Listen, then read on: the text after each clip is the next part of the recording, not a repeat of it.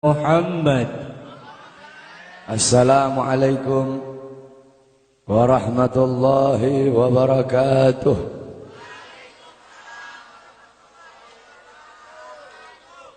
Bismillahirrahmanirrahim. Alhamdulillahil qawiyyi sultanuh, al-wadihil burhanuh, al-mabsut fil wujud karamuhu wa ihsanuh. Allahumma salli ala nuril anwar wa sirril asrar wa tiryakil akhyar wa miftah babil yasar Sayyidina wa maulana Muhammadin al-Mukhtar wa alihi al-adhar wa ashabihi al-akhyar adada ni'amillahi wa ifdalih, amma ba'd. Yang saya cintai, yang saya muliakan, para alim ulama, para habaib, para kiai, para asatid, para tokoh masyarakat, para aparat pemerintah, wabil khusus Al-Habib Abdullah ibn Muhsin Al-Muhdar, yang saya cintai, yang saya muliakan, guru kita bersama Kiai Haji Mahdi beserta para kiai, para asatid yang lain yang saya cintai, yang saya muliakan, ketua panitia beserta seluruh panitia, ketua musalla Ar-Raudhah, imam musalla beserta seluruh hadirin dan hadirat, bapak-bapak, ibu-ibu, pemuda-pemudi umat Sayyidina Muhammad yang selalu dimuliakan oleh Allah Subhanahu wa taala. Alhamdulillah, segala puji dan syukur kembali ke hadirat Allah Subhanahu wa ta'ala. Dialah Allah Subhanahu wa ta'ala, Tuhan seru sekalian alam. Dialah Allah, Raja yang menguasai segala kekuasaan. Dialah Allah Subhanahu wa ta'ala yang maha besar dari segala sesuatu yang besar. Yang besar selain Allah kecil. Dialah Allah Subhanahu wa ta'ala yang maha kaya dari segala sesuatu yang kaya. Yang kaya selain Allah miskin. Dialah Allah Subhanahu wa ta'ala, Raja di atas para raja. Yang raja selain Allah budak. Dialah Allah Subhanahu wa ta'ala yang maha perkasa, yang maha kuat. Yang perkasa selain Allah, yang kuat selain Allah lemah. Dialah Allah Subhanahu wa ta'ala yang maha hidup. Yang hidup selain Allah pasti akan mati. Yang ada selain Allah pasti akan tiada. Yang wujud selain Allah pasti akan binasa. Sedangkan hidupnya Allah, adanya Allah, wujudnya Allah selama-lamanya, kekal abadi, tidak akan pernah musnah dan tidak akan pernah binasa. Dialah Allah yang dimana kedekatan hamba dengannya tidak akan membuat hamba itu setara dengannya. Jauhnya hamba darinya tidak akan membuat dinding penghalang antara hamba dengannya. Dialah Allah yang dimana walaupun seluruh hamba-hamba dari awal zaman sampai akhir zaman semuanya berbuat baik, tidak akan menambahkan sedikit pun keagungan di sisi. Dan dialah Allah yang dimana walaupun seluruh hamba-hamba dari awal zaman sampai akhir zaman semuanya berbuat dosa, tidak akan mengurangi sedikit pun keagungan di sisinya. Dan dialah Allah yang dimana pada malam hari yang mulia ini, di tempat yang penuh dengan barakah ini, Allah Subhanahu wa ta'ala sedang memandang kita semua yang duduk di tempat ini. Allah pandang dengan pandangan rahmat. Allah pandang dengan pandangan kasih sayang. Allah pandang dengan pandangan maghfirah. Allah pandang dengan pandangan pengampunan. Kenapa saudara-saudara? Karena kita mendapatkan keberkahan dan kemuliaan dari baginda agung Nabi besar Muhammad sallallahu alaihi wasallam. Allah Subhanahu wa ta'ala mengampuni dosa-dosamu yang telah lalu. Mulai dari langkahan kaki kalian dari rumah kalian menuju ke tempat ini.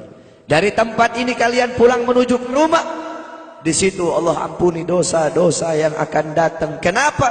Karena duduknya kita di sini mendapatkan barokah dari para ulama. Duduknya kita di sini mendapatkan barokah dari orang-orang saleh. Kita duduk di sini berkumpul bersama para kiai, berkumpul bersama para ustadz, berkumpul bersama orang-orang saleh. Qala Rasul sallallahu alaihi wasallam, "Man zara aliman fa ka'annama zarani, man safaha aliman fa ka'annama safahani, man jalasa aliman fa ka'annama jalasani fid dunya, faman jalasani fid dunya ajlastuhu ma'i yaumal qiyamah." Berkata Rasulullah sallallahu alaihi wasallam, siapa orang yang mendatangi ulama, mendatangi kiai, mendatangi ustadz, mendatangi guru-guru agama, sama seperti kalian mendatangiku, kata Rasul. Siapa orang yang musafahah, mencium tangan ulama, mencium tangan kiai, mencium tangan guru-guru agama, sama seperti kalian mencium tanganku. Dan siapa orang yang di dunia duduk berkumpul bersama ulama, duduk berkumpul bersama orang-orang soleh, duduk berkumpul bersama para kiai, sama seperti kalian duduk denganku di dunia. Dan siapa orang yang duduk denganku di dunia, kelak di yaumil kiamah akan aku dudukkan dia bersamaku. Orang-orang yang beruntung di akhirat, orang-orang yang berbahagia di akhirat, bukanlah orang-orang yang hanya datang sekedar bawa pahala salat, yang hanya datang sekedar bawa pahala zakat, yang hanya datang sekedar bawa pahala haji. Akan tetapi orang-orang yang beruntung di akhirat, orang-orang yang kedua matanya dihalalkan oleh Allah untuk memandang wajah indah baginda Sayyidina Muhammad. Saudara-saudara, kelak di akhirat, kalau kedua mata kita tidak bisa memandang wajah Nabi, kalau kedua mata kita Allah haramkan untuk memandang wajahnya Nabi, kita menjadi orang-orang yang celaka, kita menjadi orang-orang yang rugi kalau nanti tidak bisa memandang wajahnya Nabi Muhammad. Para sahabat-sahabat yang mulia, beliau-beliau ingin masuk surga. Tujuannya itu bukan istana yang temboknya terbuat dari emas putih, bukan istana yang tanahnya terbuat dari kasturi, bukan bidadari-bidadari, bukan telaga Al-Kautsar, bukan telaga Al-Haud. Tujuan para sahabat masuk surga, tujuan para sahabat masuk surga satu, berkumpul dengan Nabi Muhammad SAW. Andaikan di surga tidak ada Nabi, para sahabat tidak mungkin masuk surga, saudara-saudara. Sayyidina Ja'far bin Abi Thalib, Ja'far At-Tuyar, Ja'far At-Tuyur yang berterbangan di surga. Sayyidina Ja'far bin Abi Thalib, ketika beliau mati syahid, kedua tangannya terputus, Allah gantikan dengan sayap, sehingga Ja'far, ruhnya beliau menghadap Allah Subhanahu wa taala. Ketika ruhnya beliau mau sampai ketika ruh beliau mau sampai di hadapan Allah, tiba-tiba terbayang dari kedua matanya beliau pandangan kepada wajah baginda Nabi besar Muhammad sallallahu alaihi wasallam. Terbayang akan wajah Nabi Muhammad, sehingga beliau bermohon kepada Allah, ya Allah, izinkan aku kembali ke dunia untuk memandang wajah indah baginda Nabi besar Muhammad sallallahu alaihi wasallam. Sayyidina Abu Bakar As-Siddiq radhiyallahu anhu, ketika beliau sedang berkumpul bersama Nabi, Nabi Muhammad berkata, wahai Abu Bakar, apakah engkau sudah makan? Kata Sayyidina Abu Bakar, aku belum makan ya Rasulullah. Pulanglah engkau pergi makan dulu. Pulang Sayyidina Abu Bakar As-Siddiq. Ketika Sayyidina Abu Bakar As-Siddiq pulang, tidak lama kemudian datang lagi. Kata Rasul, wahai Abu Bakar, aku tidak pernah melihat orang makan secepat itu. Kok cepat banget engkau makan? Apa kata Sayyidina Abu Bakar, ya Rasulullah, ketika aku akan memakan makanan itu ya Rasulullah, tiba-tiba teringat wajahmu ya Rasulullah. Makanya aku tinggalkan makanan itu dan aku kembali ke sini lebih memilih untuk memandang wajah indahmu ya Rasulullah. Maka rugi, celaka kalau kelak di akhirat kita tidak bisa memandang wajahnya Nabi Muhammad. Nah, bagaimana caranya biar kita bisa memandang wajahnya Nabi? Bagaimana caranya biar kita bisa berjumpa dengan Nabi? Di akhirat kita tidak bakal bisa berjumpa dengan Nabi. Di akhirat kedua mata kita tidak bakal bisa memandang wajah Nabi kalau di dunia kita jauh dari majlis-majlis Nabi Muhammad.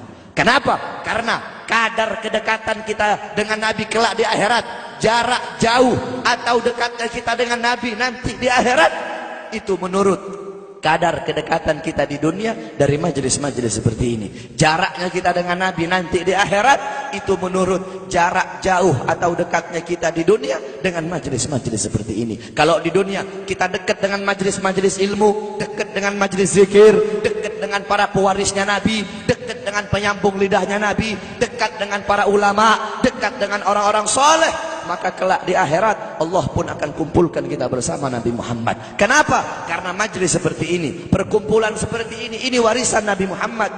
Nabi Muhammad tidak mewarisi harta, tidak mewarisi pangkat, tidak mewarisi jabatan, tidak mewarisi emas, tidak mewarisi permata, tidak mewarisi kekuasaan, tidak mewarisi dirham, tidak mewarisi rupiah. Warisannya Nabi ilmu, amal, akhlak, wara, khauf, ikhlas, sabar, takwa, istiqamah, ibadah, zuhud, qanaah. Ini warisan Nabi Muhammad. Sehingga kita duduk di sini untuk menerima warisannya Nabi. Abu Hurairah radhiyallahu anhu, beliau pergi ke pasar.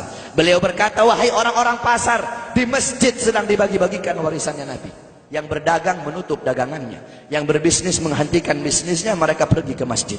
Ketika mereka sampai ke masjid, mereka bilang, wahai Abu Hurairah, mana katanya sedang dibagi-bagikan warisannya Nabi? Di sini cuma ada halago-halago ilmu, cuma ada perkumpulan-perkumpulan ilmu. Apa kata Abu Hurairah? Perkumpulan ilmu, majelis ilmu, itulah warisan Nabi Muhammad. Kita duduk di sini menerima warisannya Nabi. Maka warisan mana yang lebih mulia selain daripada warisan Nabi Muhammad? Warisan mana yang lebih agung selain daripada warisan Nabi Muhammad? Warisan mana yang lebih berharga selain daripada warisan Nabi Muhammad? Warisan mana yang lebih bermanfaat selain daripada warisan Nabi Muhammad? Oleh karena itu bersyukur kita kepada Allah, karena Allah jadikan kita hamba-hamba yang duduk di majelis ilmu. Berapa banyak hamba-hamba di luar sana yang belum Allah berikan petunjuk? Berapa banyak hamba-hamba di luar sana hatinya belum Allah gerakkan untuk duduk di majelis-majelis seperti ini. Qala Rasul, ad-dunya mal'un, mal'unu ma fiha illa dzikrullah wa ma wala wa aliman aw muta'alliman. Dunia ini terkutuk, dunia ini hina, dunia ini bejat, dunia ini biadab, wa ma fiha, dan hal-hal yang ada di dalamnya illa dzikrullah, kecuali orang-orang yang mengingat Allah, orang-orang yang berzikir kepada Allah, yang hatinya berhubungan dengan Allah, yang hatinya bersambung kepada Allah, yang hatinya mencintai Allah, yang hatinya takut kepada Allah, yang mengalir akan air matanya karena takut kepada Allah, yang lidahnya basah dengan Al-Quran, dengan zikir, dengan tahlil, dengan tahmid, dengan tasbih, dengan takbir, dengan tamjid, dengan sholawat. Orang-orang yang taat kepada Allah, yang patuh kepada Allah, yang tunduk kepada Allah, yang bertakwa kepada Allah, yang menghambakan dirinya kepada Allah. Orang-orang yang tidak menyembah selain Allah, orang-orang yang lupa kepada selain Allah, orang-orang yang di saat hamba-hamba yang lain sedang terlelap dalam tidurnya, mereka bangun, mereka bersujud, bertekuk lutut memohon kepada Allah Subhanahu wa taala. Orang-orang yang menghidupkan malam-malamnya untuk beribadah kepada Allah. Wa aliman, orang-orang yang alim, orang-orang yang soleh, para kiai, para ustadz, para guru-guru agama. Wa muta'alliman, para penuntut ilmu yang suka duduk di majelis ilmu, di pesantren, di masjid, di musalla untuk menuntut ilmunya Allah. Cuma ini golongan yang mulia di muka buminya Allah. Selain daripada itu, yang sibuk dengan urusan dunia, yang sibuk dengan urusan harta, yang sibuk dengan urusan bisnis, yang sibuk dengan urusan pangkat, yang sibuk dengan urusan jabatan, siapapun, saya kek, kiai kek, habib kek, ustadz kek, lurah kek, camat kek, bupati kek, wali kota kek, gubernur kek, menteri kek, presiden kek, siapapun yang sibuk dengan urusan dunia sehingga lalai, sehingga lupa, sehingga ghafil, sehingga lupa kepada Allah, sehingga lalai dari kewajiban, maka termasuk dalam mal'un yang dikatakan oleh baginda Nabi besar Muhammad sallallahu alaihi wasallam. Oleh karena itu bersyukur kita kepada Allah. Ini nikmat yang luar biasa, ini nikmat yang agung. Allah kumpulkan kita bersama ulama. Kedua mata kita memandang wajah para ulama, kedua mata kita memandang wajah ulama. Ini suatu anugerah yang luar biasa, saudara-saudara. Di zamannya Syekh Abu Yazid Al-Bustami, ketika itu sedang ditimpa musim kemarau. Orang-orang kampung berkumpul, mereka sholat istisqa, mereka sholat minta hujan. Berkali-kali mereka sholat, tapi nggak turun-turun hujan. Akhirnya datang seorang anak muda. Anak muda itu mengangkat tangan dan berkata, Ya Rab, bihaqqi ma fi ra'si inzil matar. Ya Allah, demi hak yang ada di dalam kepalaku, turunkan hujan. Tiba-tiba turun hujan. Orang-orang kampung menghampiri anak muda tersebut dan berkata, wahai anak muda, kami berkali-kali sholat minta hujan, tapi enggak turun-turun hujan. Engkau satu kali kau minta, satu kali kau berdoa kepada Allah dengan membawa hak yang ada dalam kepalamu, Allah terima kau punya doa. Memangnya dalam kepalamu itu ada apa? Anak muda tersebut berkata, di dalam kepalaku ada kedua bola mata, yang dimana kedua bola mata ini pernah aku gunakan untuk memandang wajahnya Syekh Abu Yazid Al-Bustami.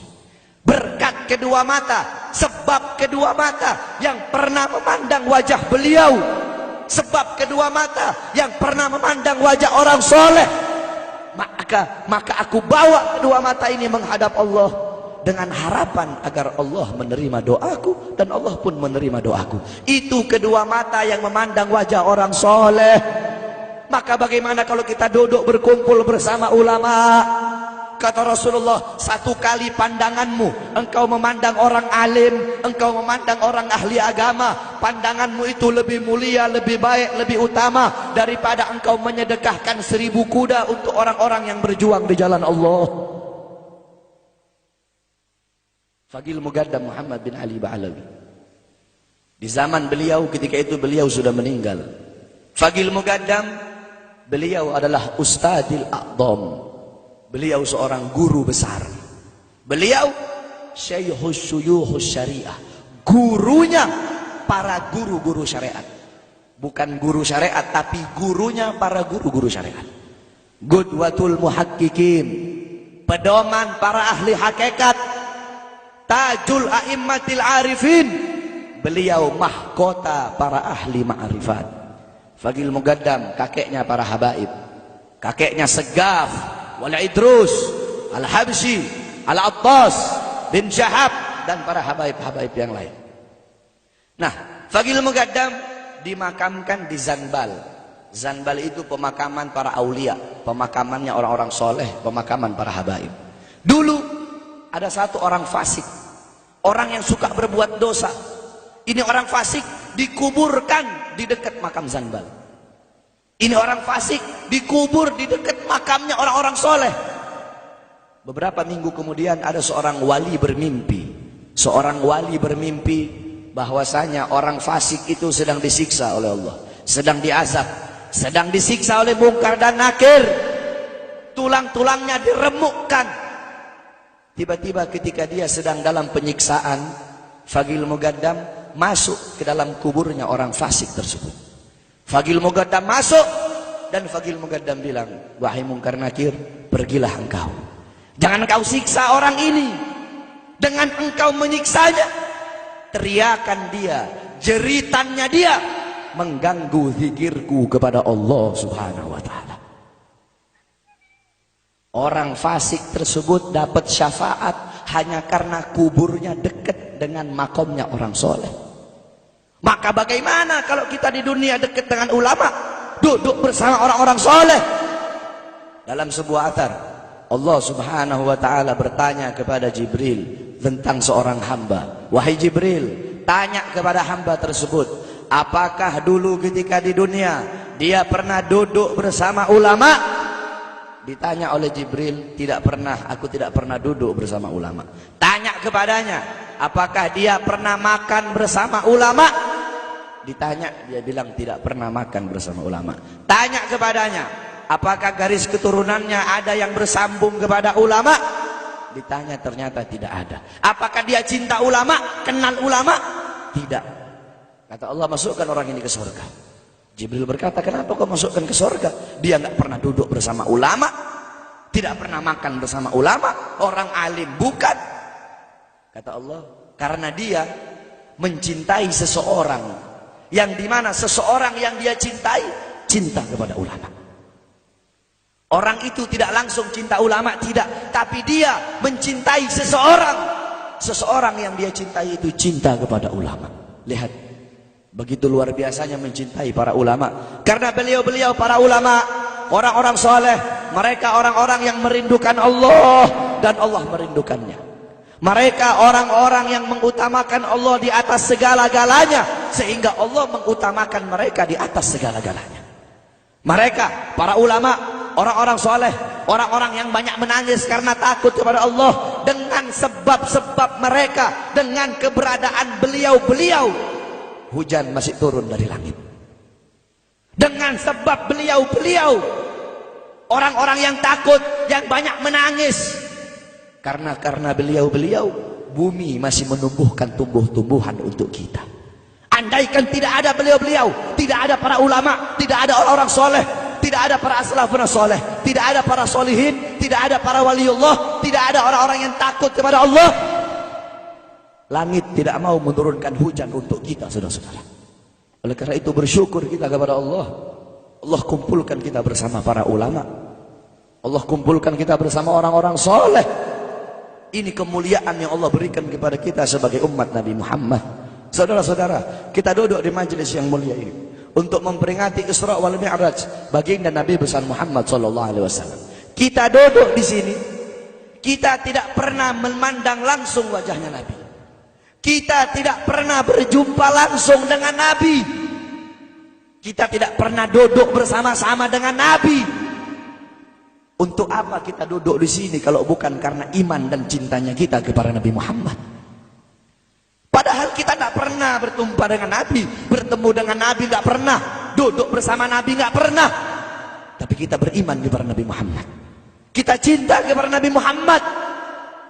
Kita umat yang dirindukan oleh Nabi, umat yang dicintai oleh Nabi. Rasulullah ketika beliau sedang duduk bersama para sahabat, Rasulullah berkata, wahai para sahabat, tahukah kalian golongan-golongan yang soleh? Tahukah kalian golongan-golongan yang mulia? Sahabat berkata, apakah para malaikat ya Rasulullah? Rasul berkata, bagaimana mungkin malaikat tidak mulia sedangkan mereka berada di sisi Allah? Ada lagi yang mulia. Apakah para nabi dan rasul? Bagaimana mungkin nabi dan rasul tidak mulia sedangkan Allah menurunkan wahyu untuk mereka? Ada lagi yang mulia. Apakah kami ya Rasulullah? Bagaimana mungkin kalian para sahabatku tidak mulia sedangkan aku berada di tengah-tengah kalian? Ada lagi yang mulia. Kata sahabat, Allah dan engkau yang lebih tahu ya Rasul. Rasulullah menundukkan kepala, Nabi Muhammad menundukkan kepala. Dari kedua pelupuk mata beliau mengeluarkan air mata, membasahi pipi beliau sampai ke janggutnya beliau. Beliau menundukkan kepala sambil menangis dan beliau berkata, golongan yang mulia ini, golongan yang soleh ini, mereka golongan-golongan yang adanya nanti di akhir zaman. Mereka tidak pernah duduk bersamaku, mereka tidak pernah memandang wajahku, mereka tidak pernah mendengar langsung kata-kataku, akan tetapi mereka beriman kepadaku, kata Rasul. Mereka umat yang aku rindukan, mereka umat yang aku cintai. Tuba liman yarani wa amana bi, wa tuba summa tuba liman lam yarani wa amana bi. Sungguh beruntung orang-orang yang beriman kepadaku, kemudian orang-orang yang melihatku kemudian beriman kepadaku. Dan sungguh beruntung, dan sungguh beruntung, dan sungguh beruntung. 3 kali keberuntungan, 3 kali kemuliaan bagi orang-orang yang tidak pernah melihatku, akan tetapi mereka beriman kepadaku. Siapa? Kita umat Nabi Muhammad SAW. Kita tidak pernah memandang wajah Nabi, tidak pernah berkumpul dengan Nabi, tapi kita beriman kepada Nabi Muhammad. Apalagi kita umat Islam Indonesia. Umat Islam Indonesia, umat yang dicintai oleh Rasulullah As-Sayyid Al-Habib Muhammad bin Alwi Al-Maliki. Ketika beliau berziarah ke makam Nabi Muhammad, dalam keadaan sadar, beliau berjumpa langsung dengan Nabi Muhammad. Di belakang Nabi Muhammad ada ribuan orang. Habib Muhammad pun bertanya, ya Rasulullah, siapa yang ada di belakangmu ini ya Rasulullah? Ribuan orang ini, ribuan golongan ini, siapa ya Rasulullah? Rasulullah berkata, ini mereka yang ada di belakangku. Mereka adalah umat Islam yang aku cintai. Mereka umat Islam yang ada di Indonesia, kata Rasulullah SAW. Kita dicintai oleh Rasul. Kenapa? Coba kita lihat di Indonesia, saudara-saudara. Kalau bulan Maulud, kalau bulan Rabiul Awal, di kampung-kampung, di musola-musola, setiap masjid, setiap langgar, setiap pesantren, setiap RT, setiap RW pasti bikin maulid Nabi Muhammad. Kalau udah bulan Rajab, setiap pesantren, musola, masjid, kampung, RT, RW pasti bikin Isra wal Mi'raj sebagai Nabi besar Muhammad. Negara-negara yang lain, tempat-tempat yang lain tidak seperti kita, saudara-saudara. Makanya kita menjadi umat yang dicintai oleh Rasul, umat yang dimuliakan oleh Nabi Muhammad, umat yang dirindukan oleh Nabi Muhammad SAW. Allah berkata dalam Al-Quran, laqad ja'akum rasulun min anfusikum azizun alaihi ma'anittum harisun alaikum bil mu'minina raufur rahim. Hei sekalian umat manusia, yang kaya, yang muda, yang tua, yang muda, yang kaya, yang miskin, mulai pejabat sampai rakyat, ulama sampai umat. Hei sekalian umat manusia, laqad ja'akum, telah sampai kepada kalian, telah datang kepada kalian rasulun, utusan Allah, min anfusikum, dari golongan kalian manusia, azizun alaihi ma anittum, sungguh berat baginya penderitaan yang kau alami, sungguh berat baginya kesusahan yang kau alami. Sebelum kalian susah, dia lebih dahulu susah. Sebelum kalian menderita, dia lebih dahulu menderita. Sebelum kalian menangis, dia lebih dahulu menangis. Sebelum kalian berdarah, dia lebih dahulu berdarah. Azizun alaihi ma'antum harisun alaikum, dia menjaga kalian, menjaga akidah kalian, keyakinan kalian, tauhid kalian, syariat kalian, sholat kalian, agar kalian tidak menyimpang, agar kalian tidak tersesat, agar kalian tetap berada di jalannya Allah. Bil mu'minina raufur rahim, kepada orang-orang yang beriman beliau sangat cinta, beliau sangat sayang, beliau mencintaimu sebelum engkau mencintainya, beliau merindukanmu sebelum engkau merindukannya. Siapa beliau? Siapa dia? Dia adalah seorang manusia yang mengorbankan jiwanya, mengorbankan nyawanya, mengorbankan darah dan hartanya demi kita sebagai umat. Beliau kepanasan, kedinginan, 3 hari 3 malam makan, mengganjal perutnya dengan sebongkah batu. Perut suci beliau berbunyi. Kelaparan bukan untuk dirinya, kelaparan bukan untuk anak cucunya, kelaparan demi kita sebagai umat. Beliau seorang manusia yang pipinya pernah tertusuk duri sampai tembus ke sebelah demi kita sebagai umat. Beliau seorang manusia yang pernah wajah beliau dilempari kotoran demi kita sebagai umat. Lupakah kalian dengan air mata beliau yang menetes setiap malam demi kalian? Lupakah kalian darah suci beliau yang menetes ketika berada di kota Taif, dilempari batu demi kalian? Ketika beliau pergi ke kota Taif, dahi beliau dilempar batu, darah ke beliau keluar. Ketika darah itu jatuh, ditampung darah beliau, ditampung darahnya. Sahabat berkata, ya Rasul, kenapa kau tampung darahmu ya Rasul? Rasul berkata, andaikan darahku jatuh di atas tanah Taif, penduduk kota Taif akan ditenggelamkan oleh bumi, sedangkan mereka adalah umatku. Luar biasa kasih sayang Nabi kepada kalian. Tetapi kita sebagai umat tidak tahu diri. Kita sebagai umat merusak sunnahnya. Kita sebagai umat melanggar ajarannya. Kita sebagai umat semakin hari semakin jauh darinya, meninggalkan pakaiannya, meninggalkan ajarannya, meninggalkan sunnahnya, meninggalkan kepribadiannya, meninggalkan akhlaknya, meninggalkan Al-Qur'annya. Rasulullah sallallahu alaihi wasallam yang dimana gal Sayyidina Ali karamallahu wajhah, inna Rasulullah fi akhir nafsi harragat syafataihi marratain fa'algaitu sam'i fasami'tuhu yaqul ummati ummati faqubida Rasulullah sallallahu alaihi wasallam wa qala law kanatid dunya tadumu liwahidin la kana Rasulullah sallallahu alaihi wasallam fiha mukhallada.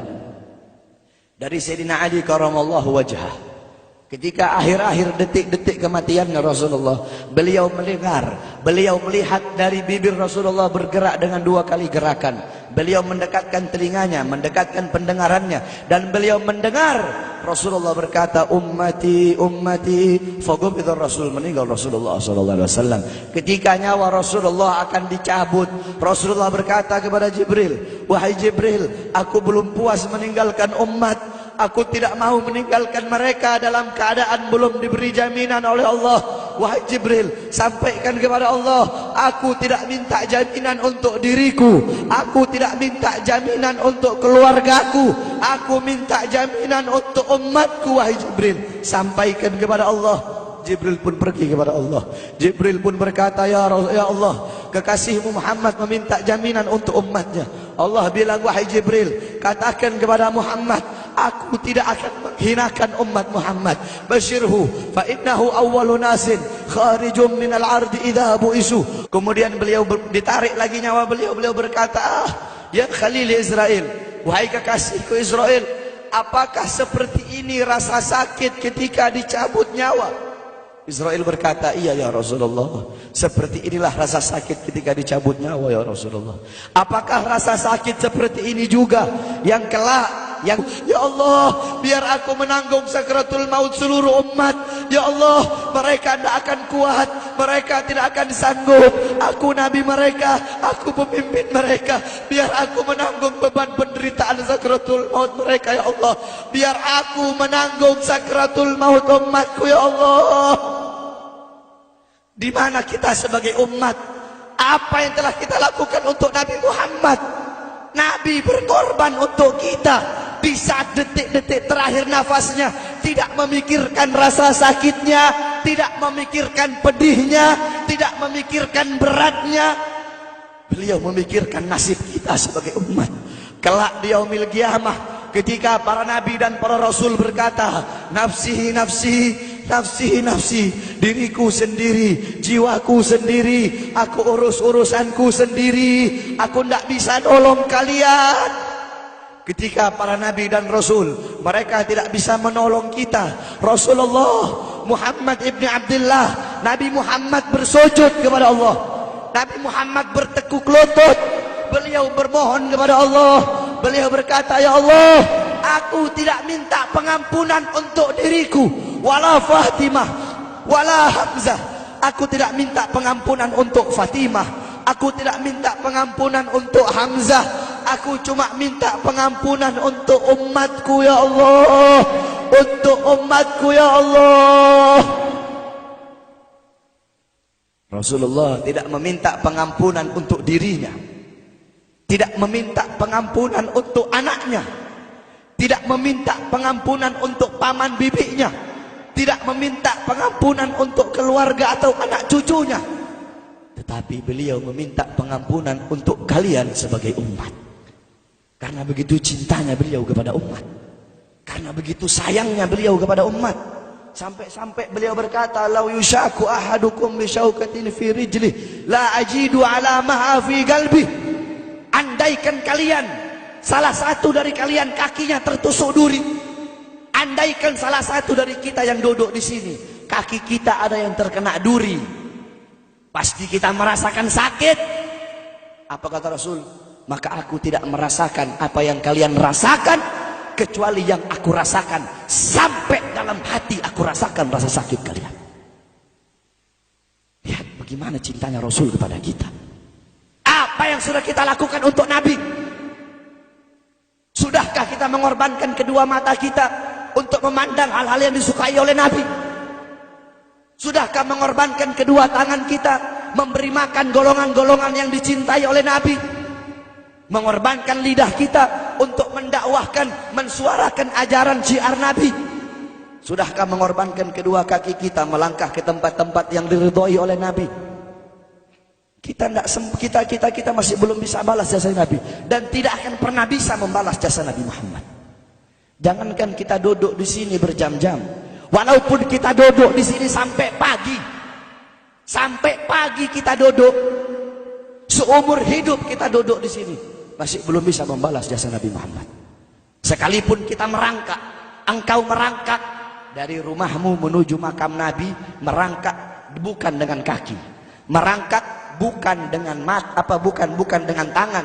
Walaupun kalian merangkak dengan kedua mata dari rumah kalian menuju makam Nabi, itu masih belum bisa membalas jasa-jasa Nabi Muhammad sallallahu alaihi wasallam.